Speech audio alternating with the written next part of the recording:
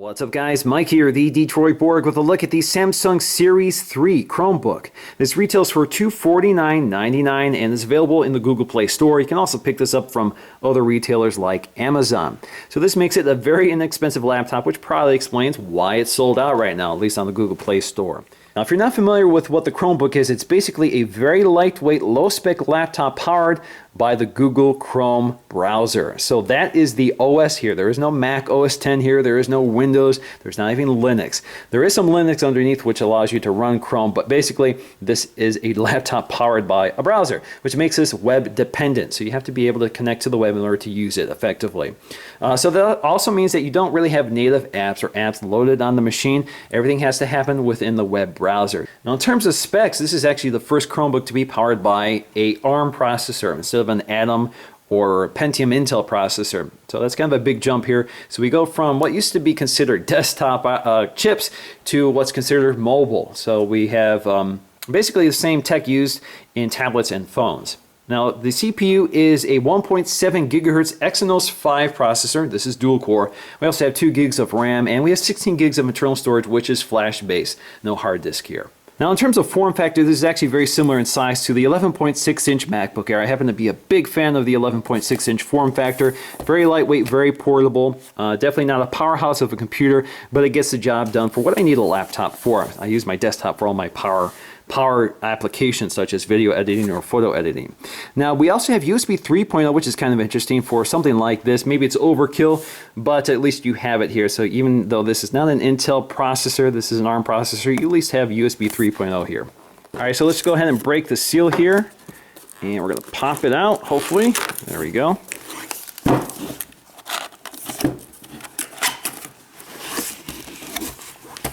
Alright, so the first thing we see is our literature packet, which contains our quick start guide among other things, including a Google Chrome sticker. So quickly looking at this, the quick start guide here, so you can see it has basic information on how to set it up, what the ports do, etc., etc. Safety precautions, warranty information, and it looks like welcome to your Chromebook, how to get started. So that's a quick start card, I guess. And we have our, I guess this is equivalent to an Apple sticker, so we get a little Chrome sticker. That's kind of cool. Now, to the left of that is our accessory packet, so that should contain our power supply here. So we have our cable and our power supply. So let's go ahead and peel this off. Oh, there you go. Just connect your cable, connect it to the Chromebook, and you're good to go. So let's get to the Chromebook. It's wrapped in styrofoam, and we're going to slide it out here. Now, taking a close look around the Samsung Chromebook, you can see on the top we have this sort of rounded lid here. We have our Chrome branding and logo. We have Samsung here. And you can see it is painted plastic. It's not an anodized aluminum, although it has a very similar finish and it feels pretty similar, but of course it's not cool to the touch like aluminum, so it's a different experience, even though it looks pretty good. So along the side we have our headphone jack as well as a full-size SD card slot along with a retractable door. It is pretty much same thickness through and through, although it kind of has a tapered design if you look toward the side.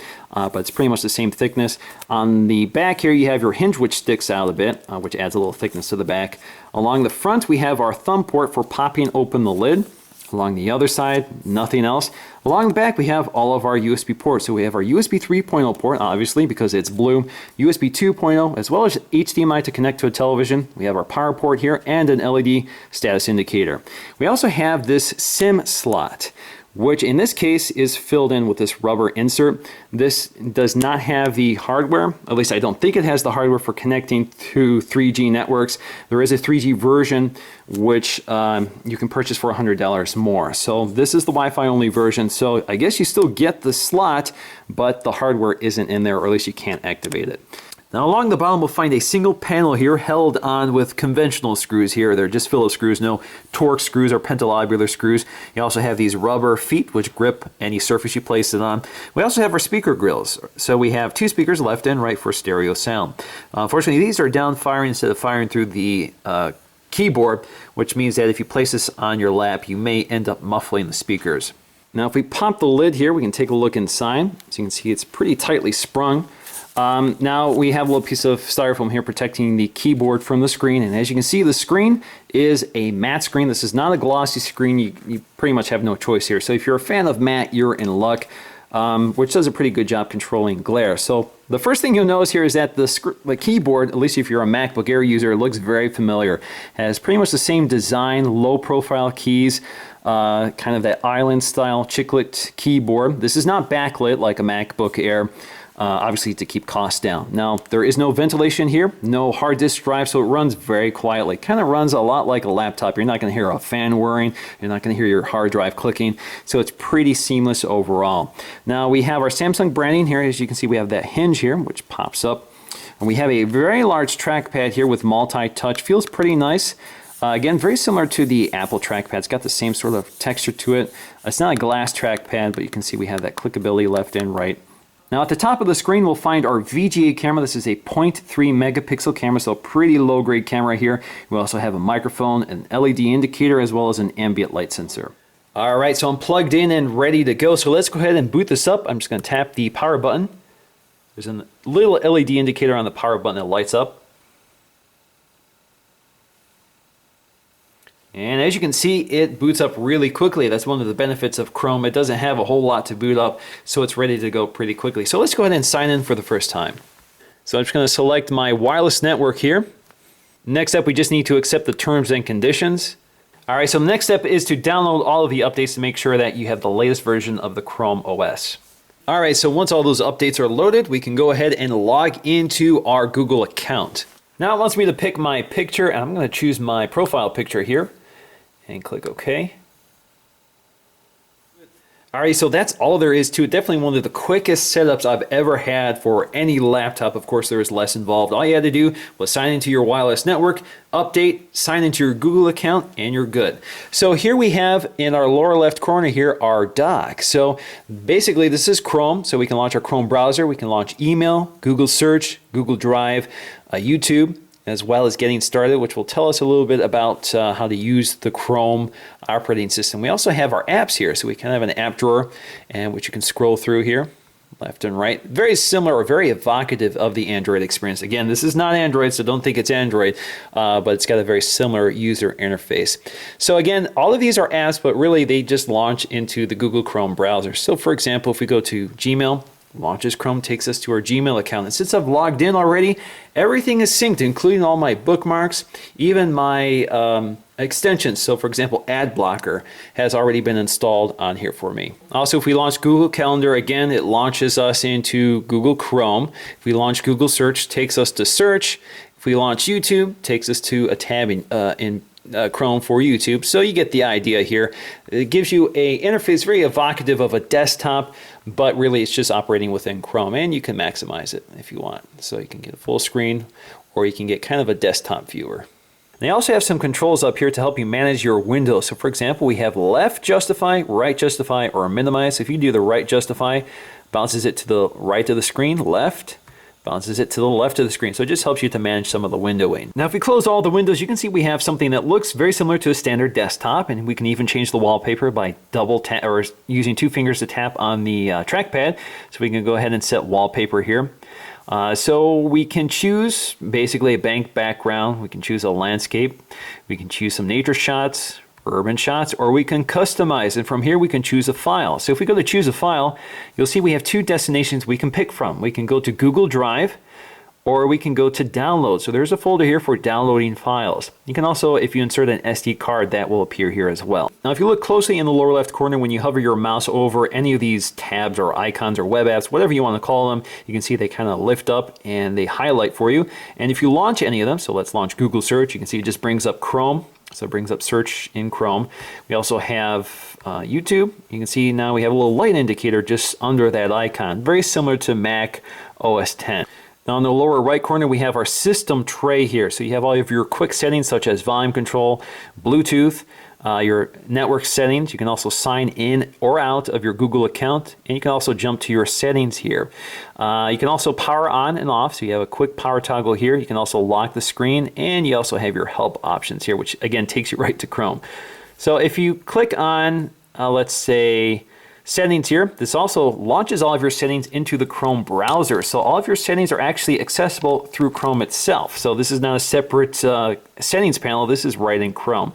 So in fact, if you look in the address bar, you'll see Chrome : // Chrome / settings. So that's one way of getting right to it. So anyway, we have our Wi-Fi settings here. We can add additional connections. We can add proxy connections. We can control our extensions. So we can add, you can see that all of those were preloaded just because I logged into my Google account. You can also control things such as your trackpad speed, search control options. So you can change your search options to live search, even Bing and Yahoo, which would be kind of ironic on a Google Chromebook. You can also change your users here. So you have a lot of options here, although there's not a tremendous amount to pick from. Now, if you take your cursor to the launcher and use 2 fingers on the trackpad to basically right-click on an item, you can see you have several options here. You can unpin them, you can open in a separate window, a separate tab, or you can hide it from the launcher. You can even maximize them to full screen. Now, you can also move them around, so if you tap and hold on any one of them, using 1 finger here, you can move them around in that launcher. Now, if you go to more apps, you can also add more of these, or some of these apps to the launcher. So for example, I use Google Play Music a lot. So if I basically use 2 fingers to right click, I can go ahead and pin that to the launcher, and you can see it's now added. Now, if you look at the web apps, you can see Google has already included quite a bit. So we have the web browser, email, YouTube, Google Search, Google Calendar, Scratchpad, which is actually kind of like a standalone app, but again, it's just a window within Chrome here.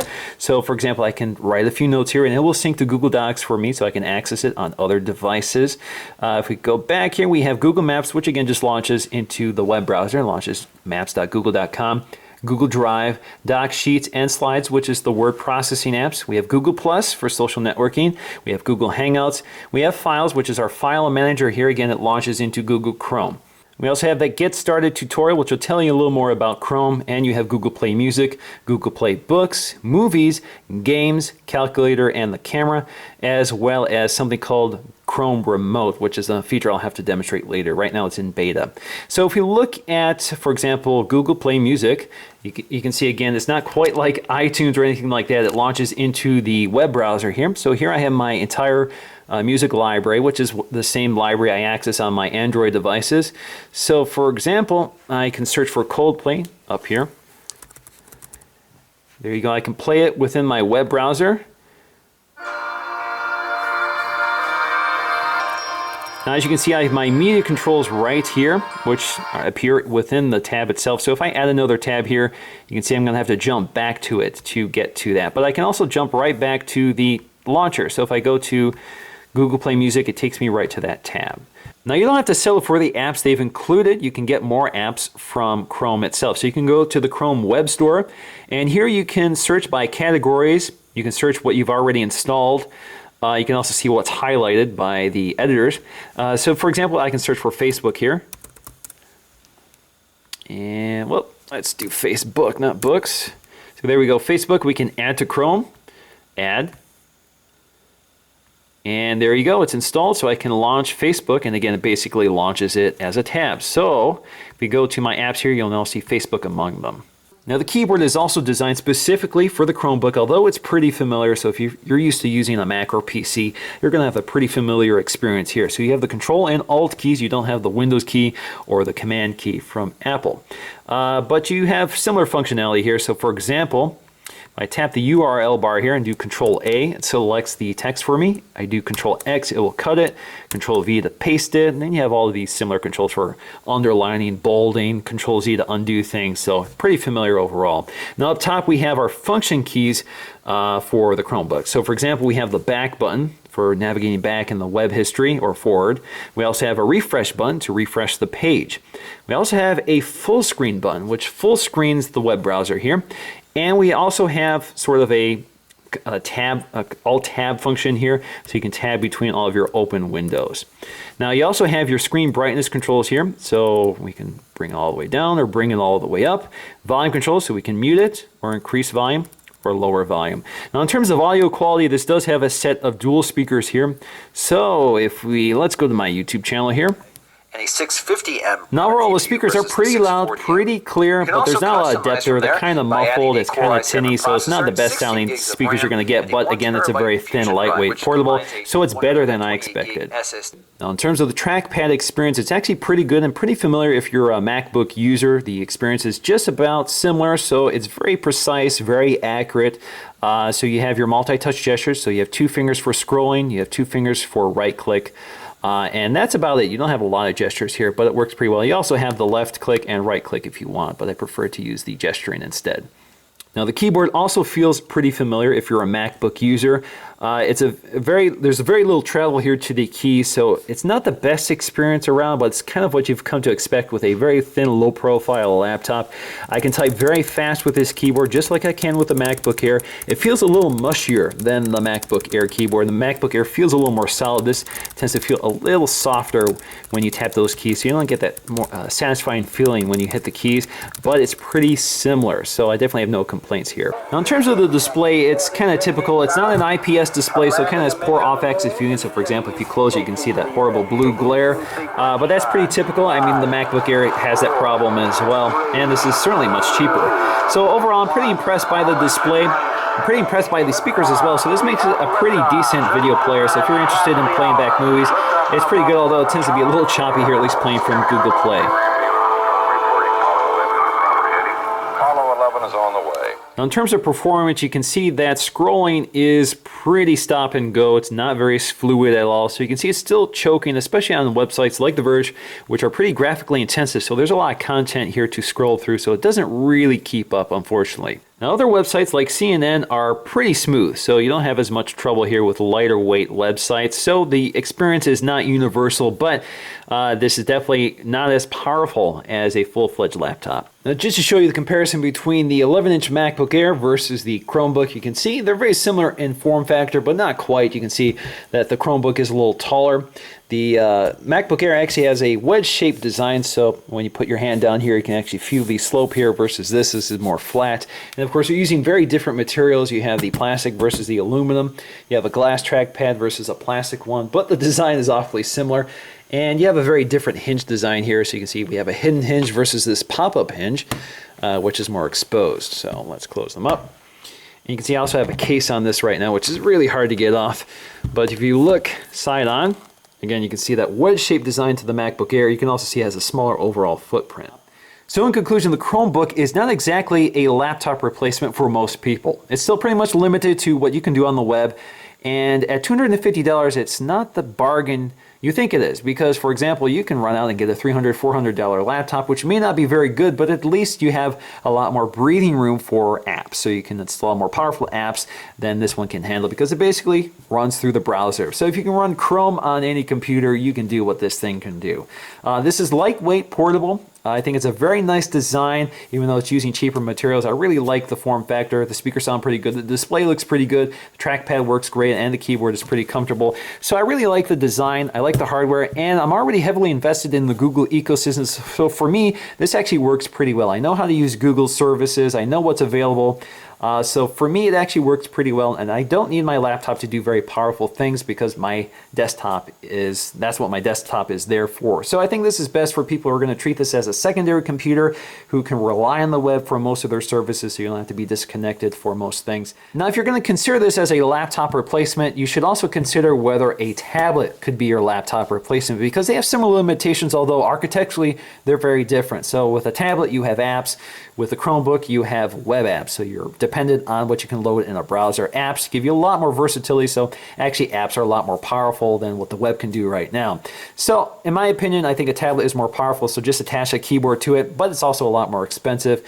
So it's kind of a conundrum for most people. I think the Chromebook is great if you need a keyboard and you have simple tasks to do, such as web browsing, word processing, that sort of thing. It gets the job done, but you're still limited, and I think a $200 tablet such as a Nexus 7 can get the job done better than even something like this.